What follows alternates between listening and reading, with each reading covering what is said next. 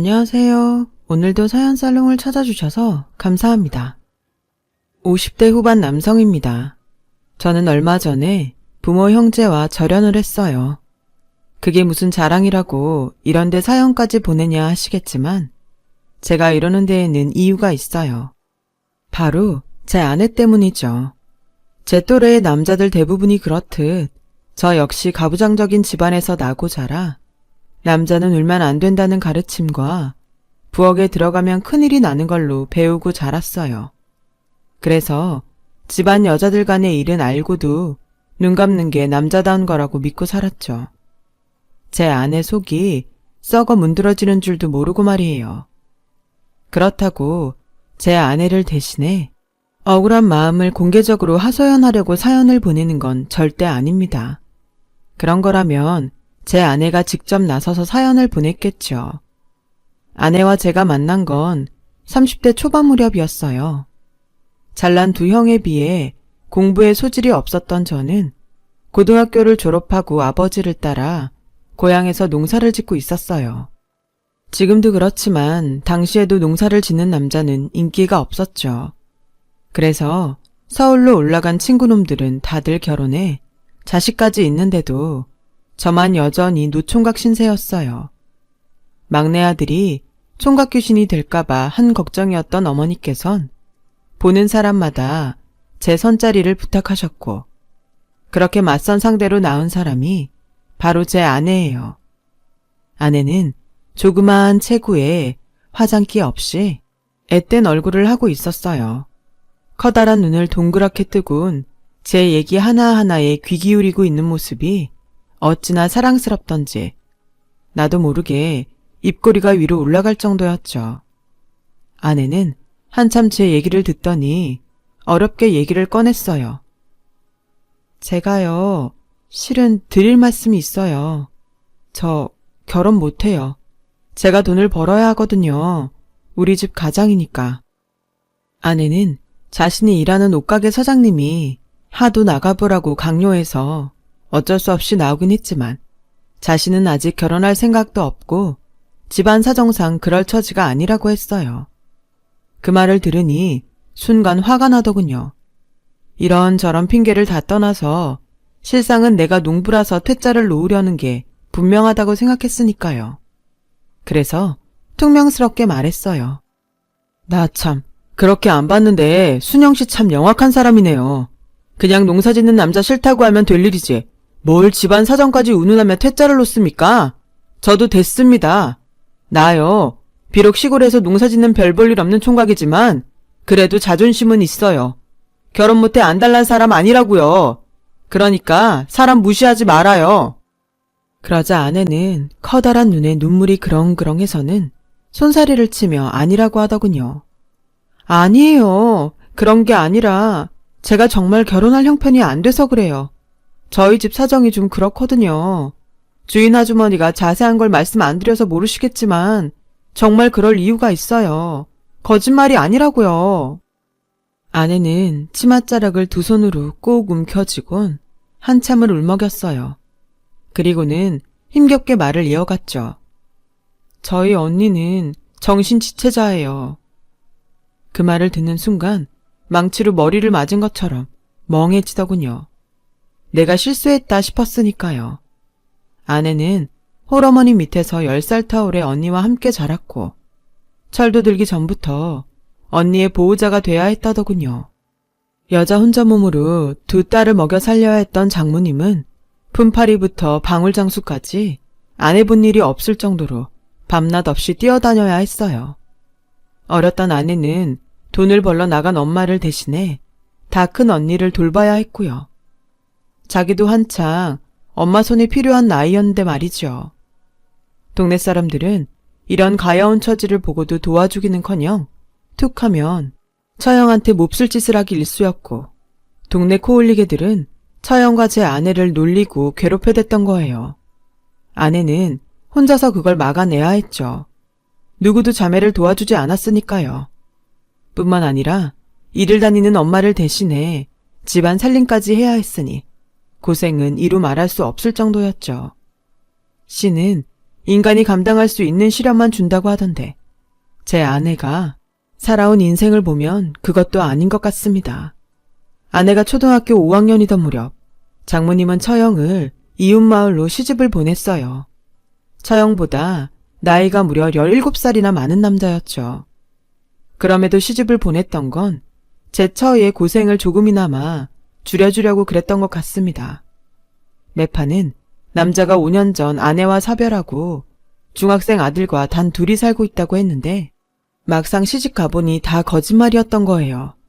죽었다던 전처는 사실 집을 뛰쳐나간 거였고 아들과 단 둘이 산다는 말과 달리 시어머니가 안방을 차지하고 살고 있었던 겁니다. 그뿐 아니라 자동차 공장에서 일을 한다던 남편이란 작자는 직장도 없이 술과 노름에 빠져서는 지 부모한테도 주먹질을 하는 인간 말종 같은 개놈이었던 거예요. 게다가 시어머니란 사람은 어찌나 표독한 인간인지 며느리한테 밥도 제대로 안 주고 몸종 부리듯 집안일이며 농사일까지 부려먹기 일쑤였죠. 한마디로 처형은 그 집의 식모 겸 일꾼으로 들어간 거였어요. 그 사실을 몰랐던 아내와 장모님은 그저 처형이 잘 살기를 바랄 뿐이었고 틈틈이 쌀이며 돈까지 붙여주며 고마움을 전하곤 했었죠. 장모님은 시집가고 한 번도 친정을 찾지 않는 큰딸이 내심 걱정이 됐지만 부족한 딸 자식을 걷어준 사돈과 별탈 없이 잘 살아주는 사위한테 고마워 무소식이 희소식이다 생각했다더군요. 그런데 그 일이 터지고 만 거예요. 1년 중 가장 춥다는 소환을 맞아 TV에선 꽁꽁 얼어버린 전국 각지 소식이 들리던 날이었죠. 당시 중학교 2학년이던 아내는 날이 추워 일도 못 나가고 집에 있던 장모님과 일찌감치 아랫목에 누워 잠을 청하려고 했는데 그때 문 밖에서 끙끙 앓는 소리가 들리더랍니다.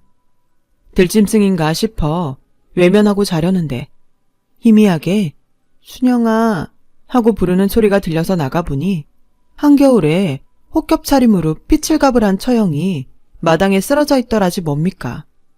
아내와 장모님이 달려들어 방에 눕히고 몸을 닦아주는데 글쎄 온몸에 검붉은 멍자국이 선명하게 들어있었던 거예요. 그 외에도 멍든 지 좀 돼서 흐려진 멍자국도 보였고요. 누가 이랬냐고 물었더니 서방이 돈 안 준다고 패더랍니다. 시애미는 밥 많이 먹는다고 때리고 고등학생 아들은 꼴 보기 싫다고 때리더라나요. 멍든 몸도 몸이지만 쇠꼬챙이처럼 말라 피골이 상접한 모습에 장모님은 주저앉아 땅을 치며 울었답니다. 내 새끼 사지에 몰아놓고 밥 새끼 처먹어가며 다리를 뻗고 살았다니 내가 죽일년이다. 내가 몹쓸년이야. 내 이 썩을 년놈들 가만 안 둔다. 모조리 감옥소에 쳐놓고 나도 따라 감옥 갈란다. 아내는 낫을 들고 달려나가는 엄마의 허리를 끌어안고 울면서 말렸다는군요. 엄마까지 잘못되면 자기 못 산다고 일단 언니부터 살려내고 싸우든 죽이든 하자고 했다네요. 울고불고 매달리는 작은 딸의 모습이 측은했던 장모님은 딸의 말대로 일단 큰딸부터 살리자 했던 거예요. 이후에 장모님과 제 처가 사돈댁에 찾아가 따졌더니 오히려 처형 탓을 해가며 돈을 물어내라고 하더랍니다. 집안 살림도 안 하고 온 동네 남자들과 어울려 다니고 돈만 펑펑 써댔다나요? 오죽하면 고등학생 손주가 창피해서 못 살겠다고 성화라며 그동안 써댄 돈이나 물어내라고 말이죠. 이미 동네 사람들을 통해 사위가 노름미천 구해오라고 매질을 했다는 사실을 전해들은 장모님은 안 싸둔 머리채를 움켜쥐었고 그렇게 싸움이 벌어지고 만 거예요. 결국 신고를 받고 순경까지 달려왔고 처형은 이혼을 하게 되었죠. 말이 이혼이지 알고 보니 혼인신고도 안 돼 있더랍니다. 여전히 본처가 호적에 남아있었거든요. 그렇게 처가로 돌아온 처형은 그동안 못 먹고 산 탓인지 식탐을 부렸고 그렇게 몇 달이 지나자 배가 불러오기 시작한 거예요. 임신을 한 거였죠. 장모님은 그런 딸을 보며 제 몸 하나 건사 못하는 주제에 애까지 뱉다고 간장까지 먹였지만 처형은 배를 움켜쥐곤 필사적으로 자식을 지켰어요. 그리고 그해 가을 아들을 출산하게 되었죠. 저와 맞선을 보던 당시 아내는 친정 식구는 물론 조카까지 키우고 있던 참이었어요. 마치 친자식처럼 말이죠. 상황이 이러니 아내가 결혼할 생각을 할 수 있었겠어요? 당장 자기가 시집을 가면 가족들은 손가락을 빨게 되는데 말이에요. 맞선 자리에서 생각지도 않았던 아내의 불우한 인생 얘기를 듣고 나니 가슴이 미어지는 것 같았어요. 이 가녀린 여자가 무슨 죄가 있다고 이 고생을 하고 사나 싶은 게 나라도 이 여자의 비빌 언덕이 되어야겠다고 생각했어요.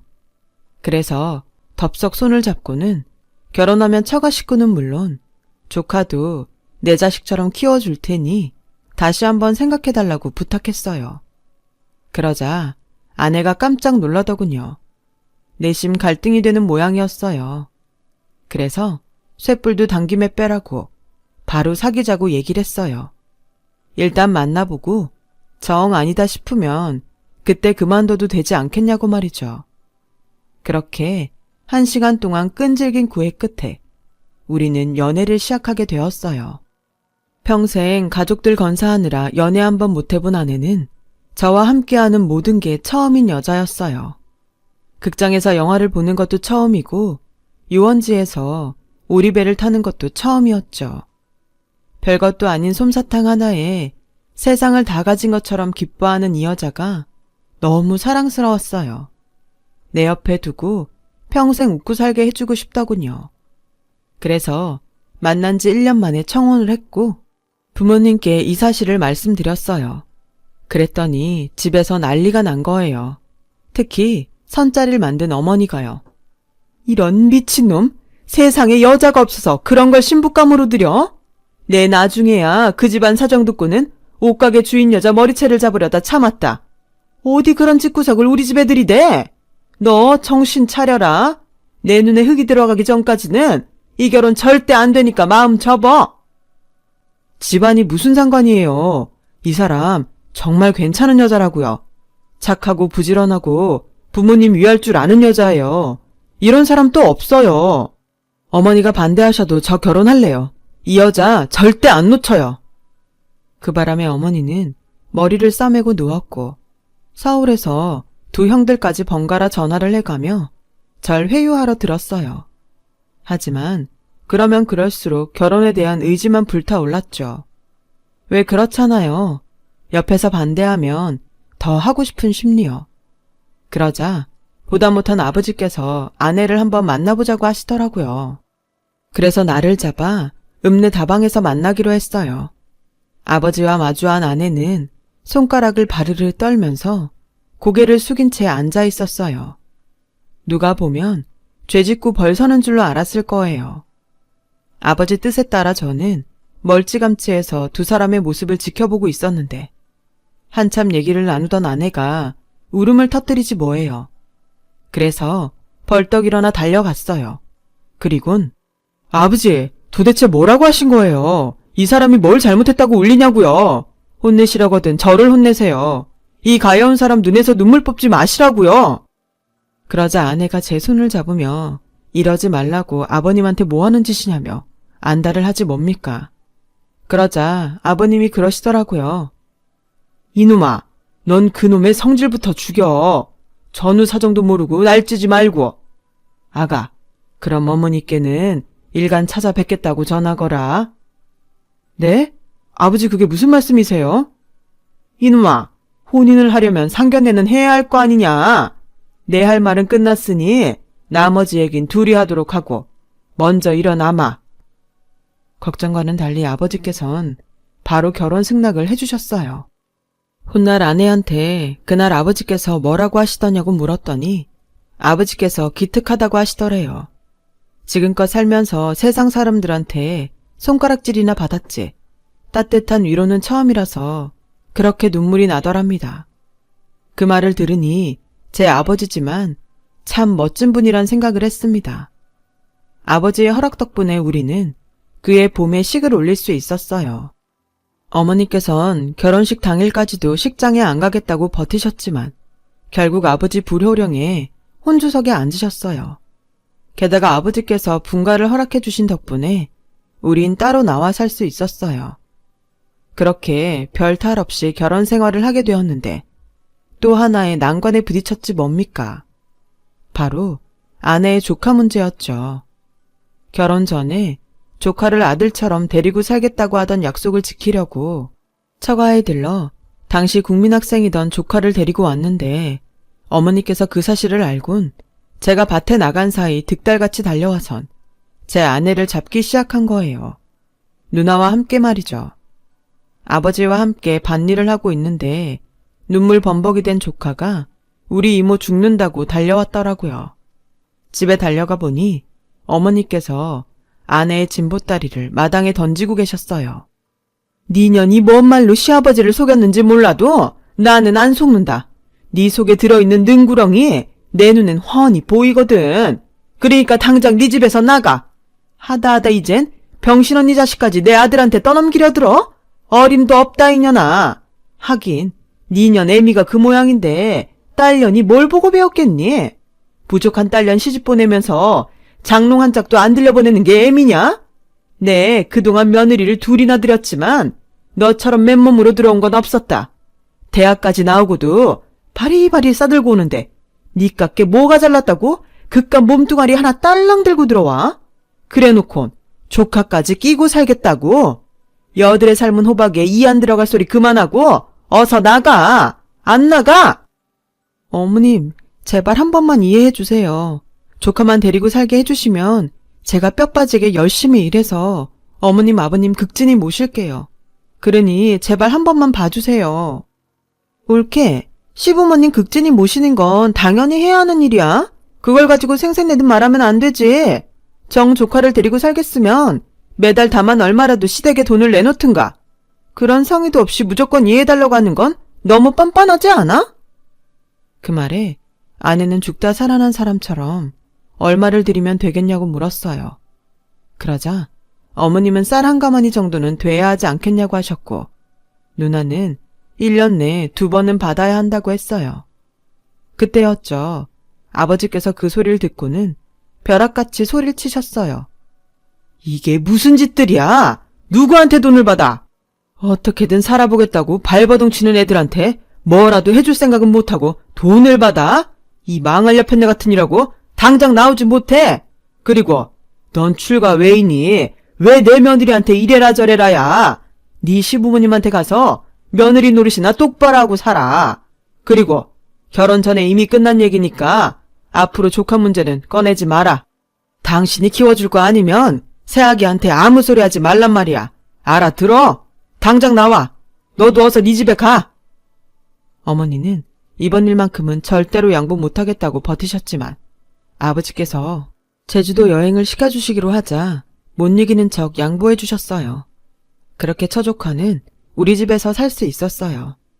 대학에 합격해 서울로 올라갈 때까지 쭉이요. 그리고 몇 년 뒤 아내의 든든한 바람막이셨던 아버지께서는 한여름 땡볕에 밭에서 쓰러지셨고 상황은 급변하고 말았어요. 아버지께서 거동은 물론 대소변까지 받아내야 하는 상황에 이르자 어머님 목소리를 키우기 시작하셨고 아내 눈에선 눈물 마를 날이 없어졌어요. 집안일에 농사일, 심지어 시아버지 병수발까지 모조리 아내 몫인 데다 시집살이는 더 매서워졌거든요. 아버지가 쓰러지신 지 1년 정도 됐을까요? 어머님이 느닷없이 더는 이렇게 못 사시겠다며 돌연 서울 큰형님 댁으로 가버리셨지 뭡니까?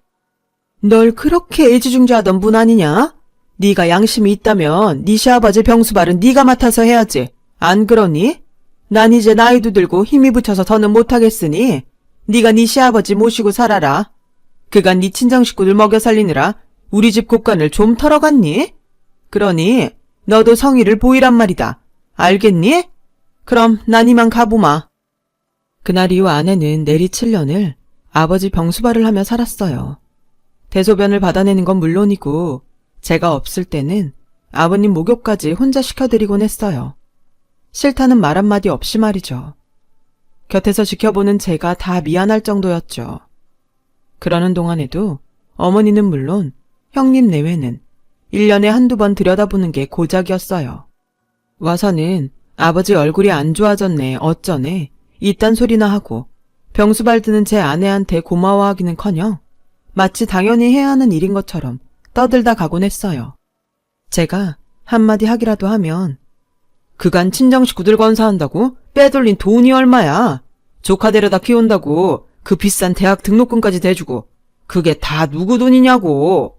그런 거 다 눈 감아줬으면 당연히 이 정도는 할 수 있는 거 아니니? 그러니 야속타 생각 말고 네 아버지 병간호나 제대로 해. 양심이 있으면 그 정도는 해야지. 10수년이 지나도 변하지 않은 한결같은 레퍼토리로 아내를 몰아세우는데 아무리 싸워도 변하지 않더라고요. 괜히 그럴 때마다 제 아내만 더 상처를 입어서 결국 저도 입을 다물게 되었어요. 그렇게 쓰러지신 지 8년이 지난 어느 가을날 아버지는 세상을 떠나셨어요. 마지막 가시는 길에도 막내 며느리 사랑은 여전하시더군요. 아버지는 돌아가시기 일주일 전쯤 아버지 명의로 된 땅을 모두 제 아내 앞으로 해주셨어요. 제 아내는 한사코 안 받겠다고 했지만 아버지는 두 손을 꼭 쥐시곤 눈물을 흘리시며 며느리를 설득시키셨죠. 혹여 나중에라도 그 땅 때문에 분란이 일까 싶어서 서울에 계신 어머니께 이 사실을 알려드렸더니 콧방귀를 끼시더라고요. 그깟 농지가 얼마나 하냐면서 알아서 하라고 하시더군요. 사실 서울로 올라가실 때 돈 되는 땅은 이미 팔아서 가지고 가신 터라 남은 땅은 별 볼 일 없는 거였거든요.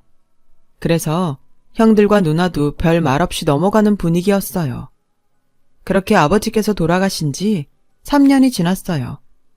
아버지 계실 때는 그래도 1년에 한두 번은 찾아오던 식구들이 제사 때도 이런저런 핑계를 대며 하나 둘 빠지기 시작하더라고요. 어머니도 이젠 오가는 게 힘드시다며 내년부턴 저희들끼리 지내라고 하셨죠. 그렇게 제사를 마치고 큰형님 내외와 서울로 올라가시려는데 이장님이 찾아오신 거예요. 소문 듣고 왔다면서요. 땅 팔았다며 5억도 넘게 받았다 그러던데 사실이야? 그게 그렇게 될 땅이 아닌데 이게 뭔 일이래? 땅 판 돈으로 옆 동네에 집 짓는다며 친정 식구들 모시고 살려고? 하긴 그간 시아버지 병수발도 혼자 다 했는데 이젠 친정 식구도 챙겨야지. 잘했네, 잘했어. 그 말에 막 차에 오르려던 어머니께서 버선발로 달려오셨어요. 지금 뭐라 했어? 5억? 그 땅을 팔아 5억이나 받았다고? 어머 동서, 그렇게나 받았으면 어머님께 먼저 말씀을 드렸어야지. 어떻게 그 돈으로 친정 식구들 살 집을 지어? 동서 보기보다 음험한 사람이다. 안 그래요 어머님? 5억이란 소리에 어머님과 형수, 거기에 큰형까지 합세해 난리였어요. 제 아내는 그런 게 아니라고 했지만 어머니는 듣지도 않고 소리치셨죠. 네가 그래서 그렇게 네 시아버지 병수발을 했던 거구나. 땅 받아서 네 친정 식구들이랑 쓰려고? 네가 속이 구리네라는 건 진작부터 알았다만 그래도 이 정도인 줄은 몰랐다. 세상에 병든 시아버지를 얼마나 닥달했으면 그 영감이 피 한 방울 안 섞인 너한테 땅을 줬겠냐. 지 남편 올려서 친정에 돈 퍼나르는 것도 모자라 이젠 내 남편 재산까지 집에 털어넣어? 아유 내 팔자야. 어디서 저런 게 들어와선 아들 뺏겨 남편 재산 뺏겨 억울해서 못 살겠네. 내 인연 그 돈 당장 내놔라. 내 남편이 남겨준 땅 당장 내놔. 어머니는 제 아내의 머리채를 잡고는 발악을 하셨어요. 아무리 뜯어 말려도 좀처럼 손을 놓으시지 않았죠. 결국 머리카락을 한 줌이나 뽑고서야 손을 놓으셨어요. 산발이 된 아내의 모습을 보니 더는 못 참겠더라고요. 그래서 삽자루를 들고 와 휘둘렀어요. 한 번만 더 내 아내 몸에 손대면 그땐 누구든 가만 안 둬요. 땅이요. 그 땅이 그렇게 탐나세요. 그 땅은 아버지가 이 사람 준 거예요. 다들 병수발 않겠다고 도망치는데도 혼자서 묵묵히 7년 병수발 해준 며느리한테 고마워서 준 땅이라고요. 알짜배기는 어머니가 다 해드셨잖아요. 근데 그깟 짜투리 땅도 탐나세요? 왜요? 5억짜리 금싸라기 땅 됐을까 봐요? 지나가던 개가 다 웃겠네요. 손바닥만한 농지가 돈이 되면 얼마나 된다고 그래요? 제발 생각들 좀 하고 떠들어도 떠들라고요. 아버지가 주신 땅이요. 다 팔아도 돈 300도 안 돼요. 그나마도 사겠다는 사람도 없다고요. 5억짜리 땅은요, 오래전에 이 사람 조카가 그동안 키워주고 공부시켜줘서 고맙다고 사준 땅이에요. 대형 로펌에 스카우트 받아 들어가면서 받은 돈으로 이 사람한테 사줬던 땅이라고요. 그 땅 팔아 신정 식구들 살 집 좀 짓겠다는데 어머니가 무슨 권리로 이러세요. 형님이랑 형수님도 똑같아요. 아버지 병수발하는 건 싫고 유산은 그렇게 탐났어요. 어머니가 가져간 돈도 이미 다 받아 챙기셨으면서 인생 그렇게 살지 마세요. 벌 받아요. 그동안 제 아내한테 함부로 하신 거 제가 몰라서 말 않고 산 거 아니에요.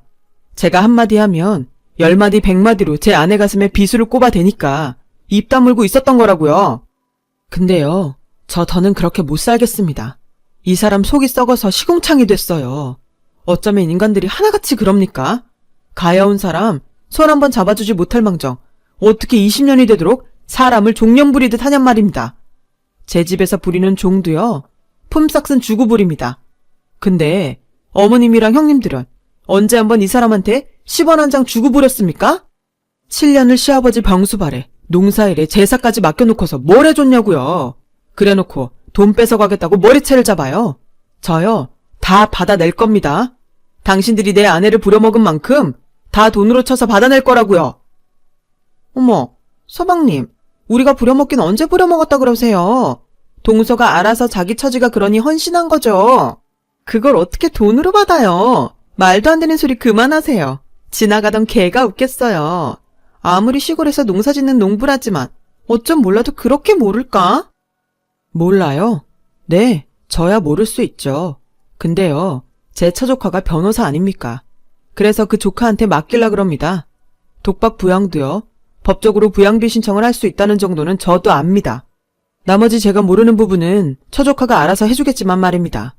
그러니까 그 잘난 주둥아리 닥치시고 집에 가서 형이랑 상의해서 변호사 선임이나 신경 쓰세요. 참, 작은 형이랑 누나한테도 상황 전해주시고요. 그럼 법정에서 봅시다. 전 아내를 데리고 집으로 들어갔어요. 어머니랑 큰형 내외는 한참을 밖에서 실랑이를 벌이더라고요. 아내는 자기 때문에 집안에 분란을 일으켰다고 걱정을 하는데요. 걱정 붙들어 매라고 했습니다. 왜 영화 대사에도 안 나옵니까? 호의가 계속되면 권리인 줄 안다고. 아무리 제 가족이지만 인간이 그러면 안 되는 거죠. 그래서 이참에 인생 교육 확실히 시켜주려고 합니다. 그래야 세상에 호구는 없다는 걸 알게 되겠죠. 참, 제가 이렇게 사연을 보내게 된 거는요, 다름이 아니라 제 아내한테 할 말이 있어서예요. 직접 보고 하면 좋겠지만 아직은 쑥스러워서 여간 힘든 게 아니네요. 순영아, 기특하고 사랑한다.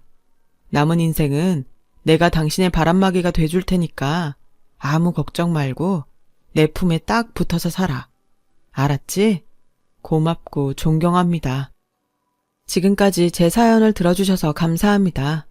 옆에 있는 소중한 사람들과 즐거운 인생 사시길 바랍니다. 여러분, 사연 댓글에 응원과 현명한 조언 부탁드려요. 좋아요와 구독은 저에게 큰 힘이 됩니다. 오늘도 좋은 일 가득하세요.